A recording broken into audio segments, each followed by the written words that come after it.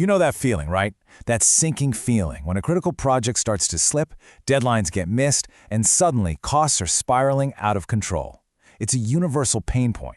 But what if I told you there's a professional, repeatable framework to stop this from happening?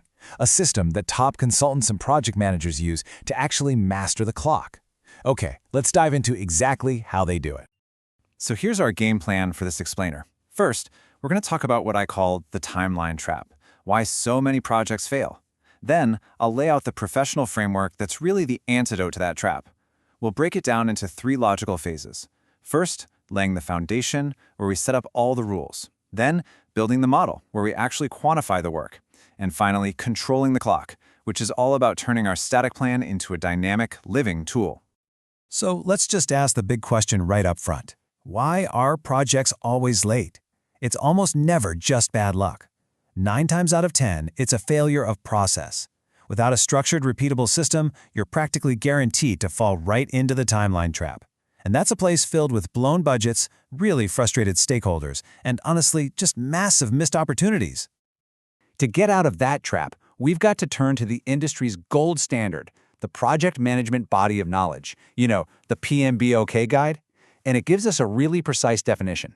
Project schedule management isn't about just throwing dates on a calendar. No, it's a collection of formal, proven processes that are specifically designed to manage the timely completion of a project. This isn't just a good idea. This is the professional's answer to the problem. And this is the powerful framework that makes it all happen. These 6 processes are designed to be what we in consulting call MEIS. It's a fancy acronym that stands for mutually exclusive and collectively exhaustive. But all that really means is that each step is distinct, and together they cover everything you need to do. Nothing's left out. It takes us perfectly from high-level planning all the way to execution and control. So for the rest of our time, we're going to break these down one by one. Let's get started with our first big phase, which I like to call laying the foundation. This covers the first 3 processes you see in our framework. It's all about building a solid base. You can't create a realistic schedule without first setting the rules of the game, making a complete list of all the work, and then understanding how it all fits together logically. The very first step, process 1, is to create a plan for how you're even going to manage the schedule itself. You can think of this as writing the rule book for your project's timeline. How are we going to estimate things? What tools are we going to use? What officially counts as a delay we need to worry about? You decide all of this right now, up front. So how do we actually build this rulebook? Well, here's the professional formula. For inputs, what you need to start, you take the project charter. That's the doc that gives you your mission and key milestones. For tools, what you do, you apply 2 key things. Expert judgment, which means you talk to people who've done this before, and data analysis, so you can learn from past projects. And the critical output, what you get, is the schedule management plan itself.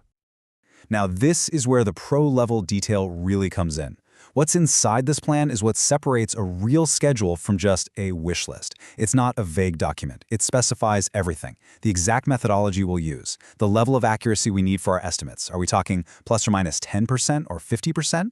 It defines the units of measure. Are we counting in hours or days? And this is so important, it sets the control thresholds that will trigger an alarm if we start to slip. This is all about defining precision before you start. Okay, with our rulebook in hand, we can move to the second process, define activities. This is where we take the project's big goals, the major deliverables, and we break them down into the smallest, most manageable tasks needed to actually get the job done. This becomes the detailed to-do list for our entire project. So, to create this list, our key input is the scope baseline, which has the approved work breakdown structure. The main tool we use is called decomposition, which is just a powerful way of saying we break big things into smaller, more manageable pieces. We also might use rolling wave planning, which just means we plan the near-term stuff in high detail and leave the future stuff at a higher level for now. And what do we get out of it? Exactly what you'd expect, a complete activity list and a clear milestone list. Now, a simple list of tasks is not enough. You need to know the order. So, the third process, sequence activities, is all about figuring out the logical relationships between them. Which task has to finish before another one can even start? Which things can we do at the same time? This is where we create the project's assembly instructions. So we take our activity list as the input. Then we use a tool called the precedence diagramming method, which is just a formal way of drawing boxes and arrows to show what has to happen first. The key output here is a project schedule network diagram. And this is a huge transformation. We've just gone from a flat to-do list to a dynamic, logical network that actually shows the entire flow of the project from the very beginning to the very end. Okay, our foundation is solid. That brings us to our next major phase, building the model. This is all about quantifying the work. We've got the rules, we've got the list, we've got the logic. Now we have to add the most critical dimension of all, time. This is where the abstract plan really starts to become a tangible, concrete schedule. So process 4 is exactly what it sounds like. Estimate activity durations. For every single little activity on our list, we have to estimate how long it's going to take to complete. And this isn't just guesswork. It relies on structured, professional techniques to get to a number that's actually realistic. To do this right, we need our activity list and our resource requirements as inputs. Then we apply some really powerful tools. Analogous estimating is basically looking at a similar task we did in the past and saying, yeah, this should take about the same amount of time. Parametric is more statistical, like saying, okay, it takes us 2 hours per widget and we have to make 100 widgets, so that's 200 hours. And three-point estimating is a great risk management technique where you define the best case, worst case, and most likely scenarios to get a more balanced estimate. The output, of course, is our solid list of duration estimates. Process 5, develop schedule, is really the big moment. This is where it all comes together. We take everything we've built so far, the activity sequences, the duration estimates, the resources we need, and we feed it all into a model to create the actual, final project schedule. So, we input our network diagrams and our duration estimates. Then we use one of the most powerful tools in all of project management, the critical path method.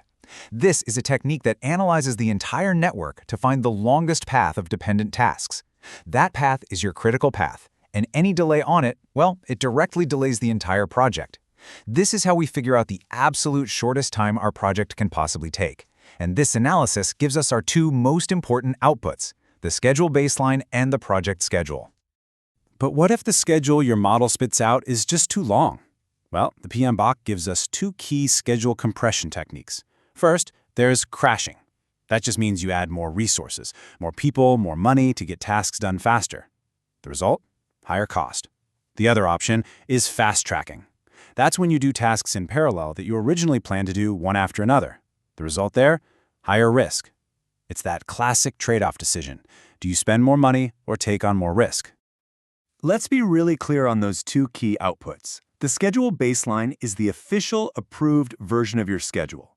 Think of it as being frozen. It can only be changed through a formal process, and it's what we measure our performance against. The project schedule, on the other hand, is the living, breathing document we use every single day to manage the actual work. And that brings us to our final, and you could argue the most important phase. A beautiful schedule that just sits on a server is absolutely useless. It has to be a dynamic tool. This whole phase is about controlling the clock, actively managing that schedule through the entire life of the project. The sixth and final process is control schedule. This is the ongoing work of monitoring where we actually are, comparing that to where we plan to be, and managing any changes that come up. This discipline is what separates a professional project manager from someone who just makes a plan and then hopes for the best. This whole process is basically one continuous feedback loop. We take the approved schedule baseline and our actual work performance data as our inputs. We then use tools like performance reviews and variance analysis, where we literally ask, why did this task take 2 days longer than we planned, to see how we're doing. This lets us produce updated schedule forecasts, and if the difference is big enough, submit formal change requests to update our baseline. And really, this quote from the PMBOK guide just sums up the whole point of all this work perfectly. A schedule isn't just a list of dates. It is a tool for communication. It's how we manage what our stakeholders expect from us, and it's the basis for how we report our performance in a clear, objective way. So as we wrap up here, I just want to leave you with this final thought. Take a hard look at how you manage timelines in your own work. After going through this framework, ask yourself this question. Is your schedule just a static document you make at the beginning of a project? Or is it truly your most powerful, dynamic tool for managing your projects all the way to a successful, timely finish?